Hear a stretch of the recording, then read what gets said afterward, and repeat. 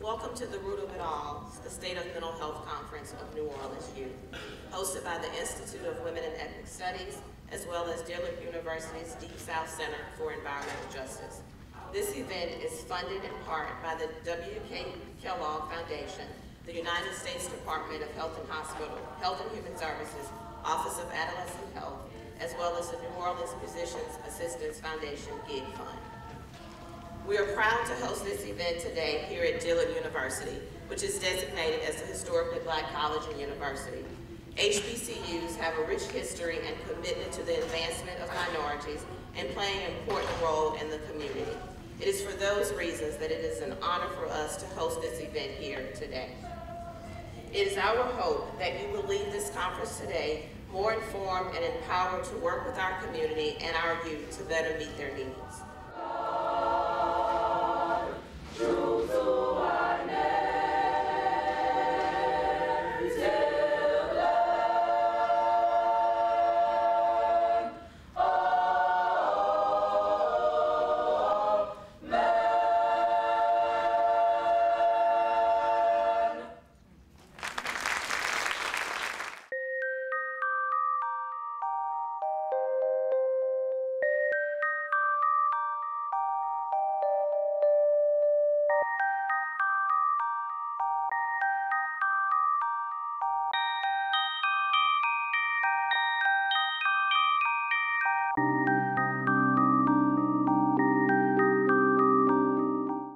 Tell you about a young man who I work for, who I'm going to call George. And the words that I use are put together. They're a composite of several reports. Of course, the confidentiality of this young man must be protected. But I'm not even sharing with you the most extraordinary details of George's life and his travels through the juvenile justice system. I think many of you, frankly, would not believe me if I told you. George's mother consumed heroin when she was pregnant with George. And as a result, he was born with developmental delays. As a child, George observed his mother being physically abused by her boyfriend. George's father was shot to death in his presence when he was 10 years old. He's been diagnosed with dyslexia and has received special educational services. Despite that, he has been expelled from every school he has ever attended.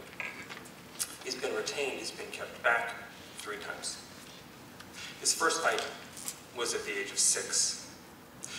George's best friend was shot to death in front of him, and he believes that he was the intended victim, and he blames himself for that death.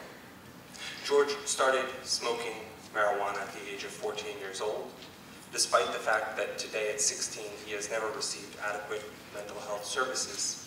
He is self-aware enough to know why he's smoking marijuana, and that is, of course, to deaden the pain of everything that has happened to him in his life.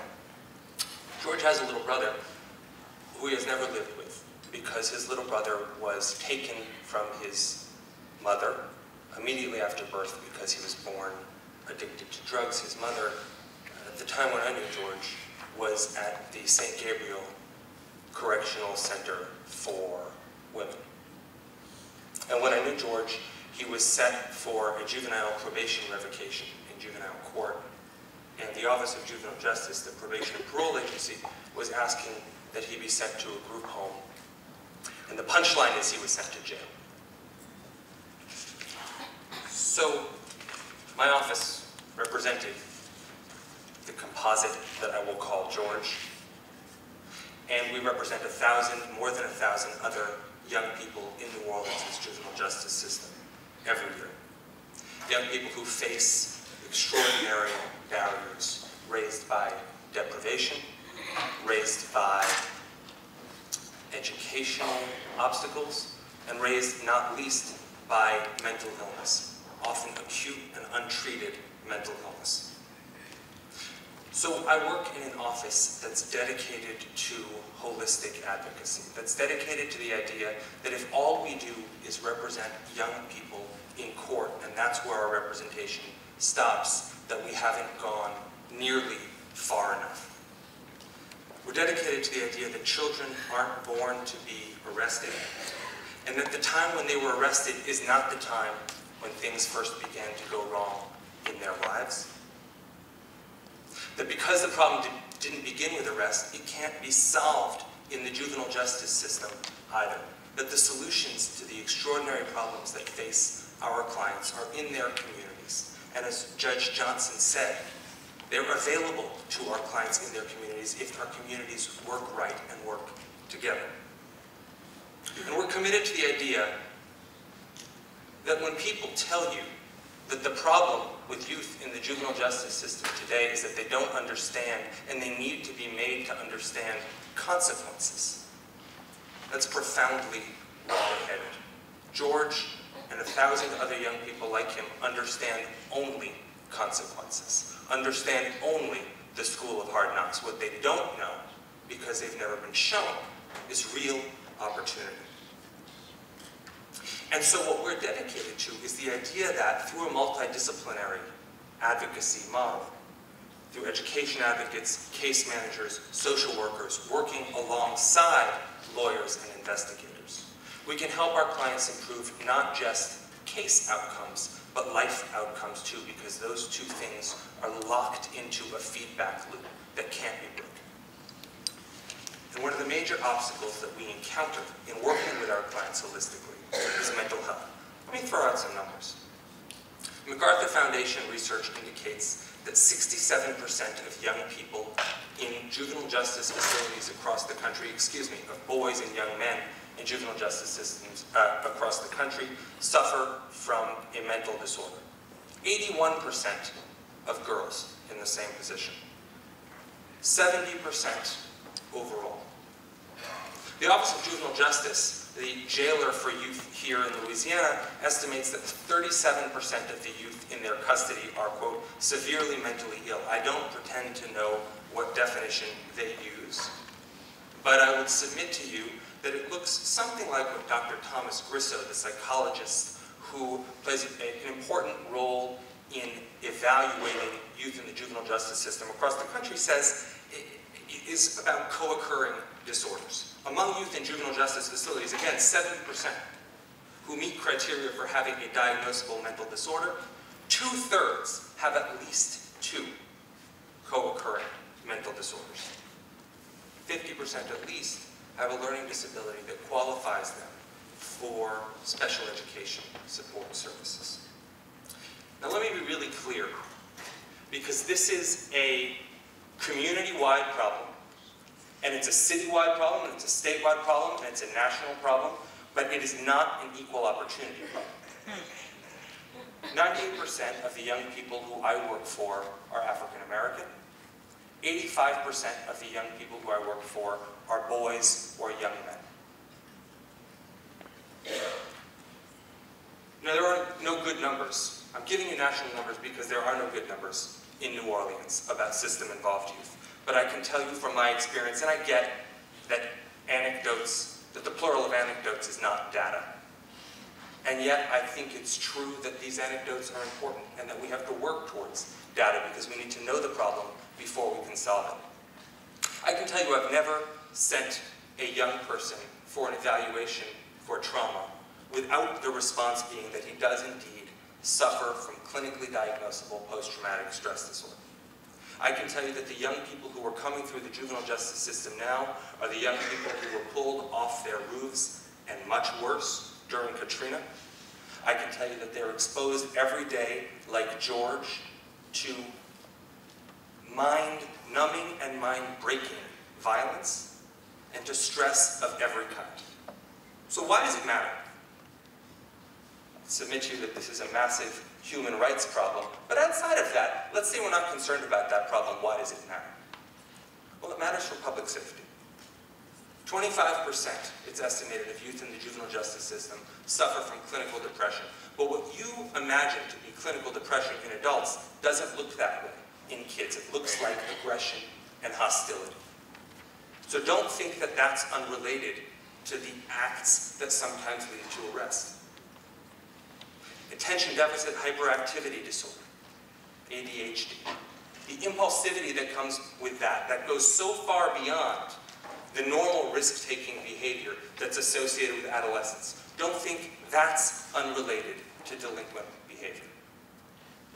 You know, thought disorders are relatively rare in adolescence, but among youth who suffer from thought disorders, from psychosis, evolving thought disorders usually, a huge percentage are involved in the juvenile justice system, and a huge percentage of those, their behavior is driven by those thought disorders. And of course, post-traumatic stress disorder and other complex trauma. Youth who suffer from trauma and who have PTSD respond to threats in a way that people who do not have that illness often just don't understand. They over-perceive risk, they over-perceive danger, they over-perceive threat, and they respond accordingly with the kind of aggression that frightens people, frankly. But like George, this is coming from someplace. And like George, we shouldn't be shocked when we see it. That's not to say it's an excuse. It's to say that the explanations are in front of us.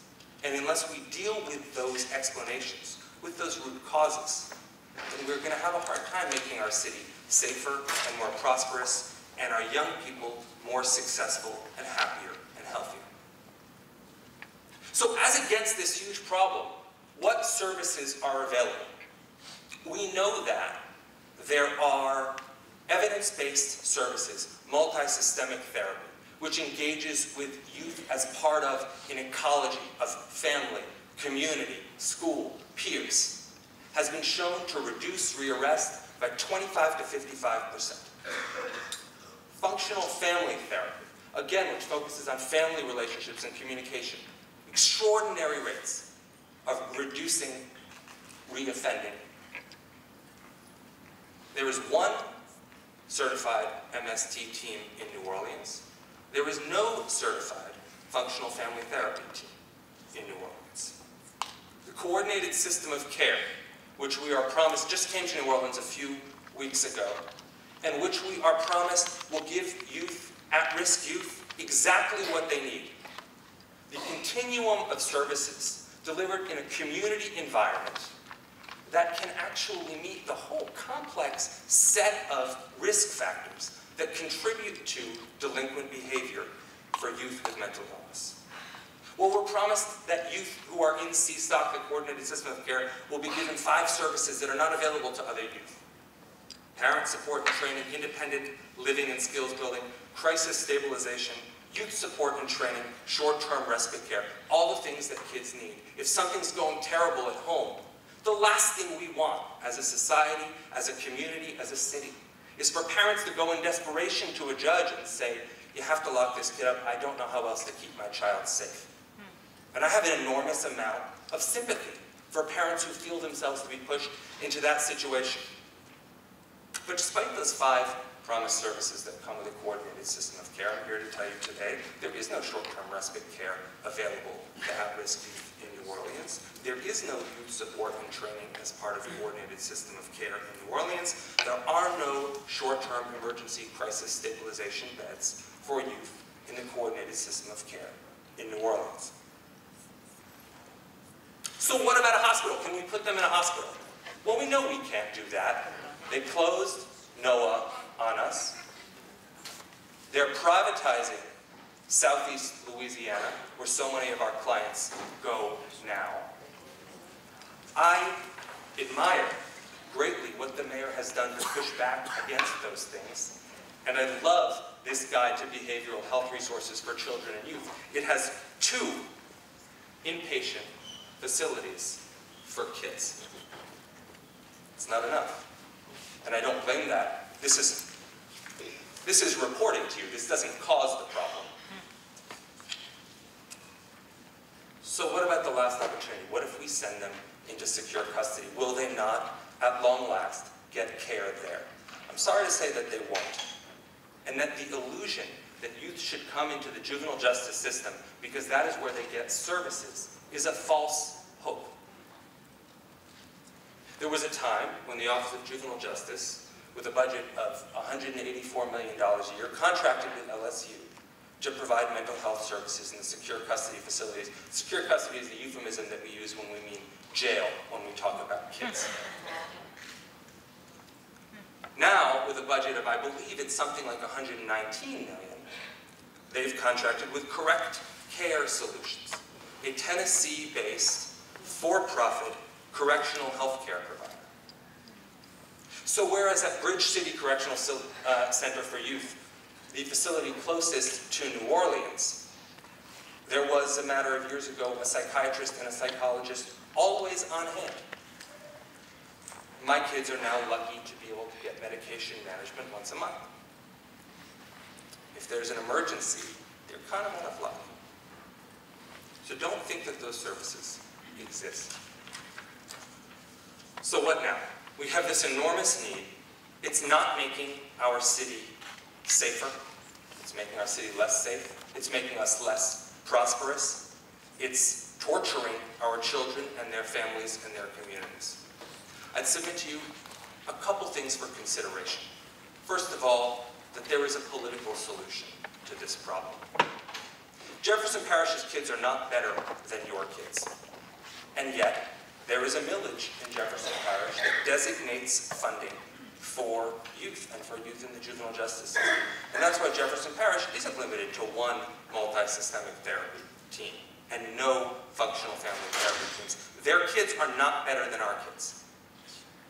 And I'd submit to you that there are some policy things that we really need to think through also. And that's why I'm so grateful for this convening and the opportunity to have this serious conversation about what's happening to youth, why they're not getting mental health care services, and what effect that has on the prosperity and the health of our city. I think we need to start from the base that the juvenile justice system is not the place for kids who need services. The community is. Again, I have so much sympathy for parents who turn to the system out of desperation, for teachers who turn to the system out of desperation. But their problems did not begin when they were arrested, and they won't be solved by arrest. And we need a system that builds on the strengths of our children and not plays on their fears. I'd ask you to consider, as a policy commitment, a set of policy commitments, there needs to be meaningful mental health diversion in our juvenile justice system. Not, let's get the kids into the system, we'll get them on probation, we'll get them into the facilities so that they can get services. But we recognize that what's going on in their heads and in their lives drove them to this place, and therefore the appropriate thing is not to formally process them at all, not to saddle them with an adjudication of delinquency, not to draw them deeper into the juvenile justice system. Meaningful processing of mentally ill youth outside of the juvenile justice system. I submit to you that there needs to be a citywide policy conversation about why it is that I can have a 15-year-old mentally ill client, a client who I can sit with doctors who are evaluating his competency, and the whole time have him smiling throughout the conversation at a secret joke because only he hears the voice that is joking. Why it is that in this city, in 2012, that child can be sent to criminal court, held in the Orleans Parish Prison, and treated as an adult. All right. I submit to you that that's not a way to run a justice system, and it's not a way to raise our kids, and it has to stop. And I think we need to have a serious conversation about what we mean when we say that the justice system is about consequences. The law, as the Supreme Court said in an extraordinary case, is the omnipresent teacher. And it teaches our children, for good or for bad, about who they are and about what they're worth and about what society owes to them and they owe to society. And it cannot be that we say to our young people, 98% African American, 85% whites. You are accountable for your actions, for what brought you here. But we have built a society. We have built a society that we know doesn't provide you with the mental health services that you need and you deserve. That we know is not always giving you the education that you need and you deserve, that is not supporting your families, that does not offer you the kind of job trainings and job opportunities that you need and you deserve, but you are accountable. And for us, there are no consequences. And so I thank you all for your commitment to this conversation today and to broadening this conversation so that it is about our kids and what we owe them and what we need to do for them. Thank you.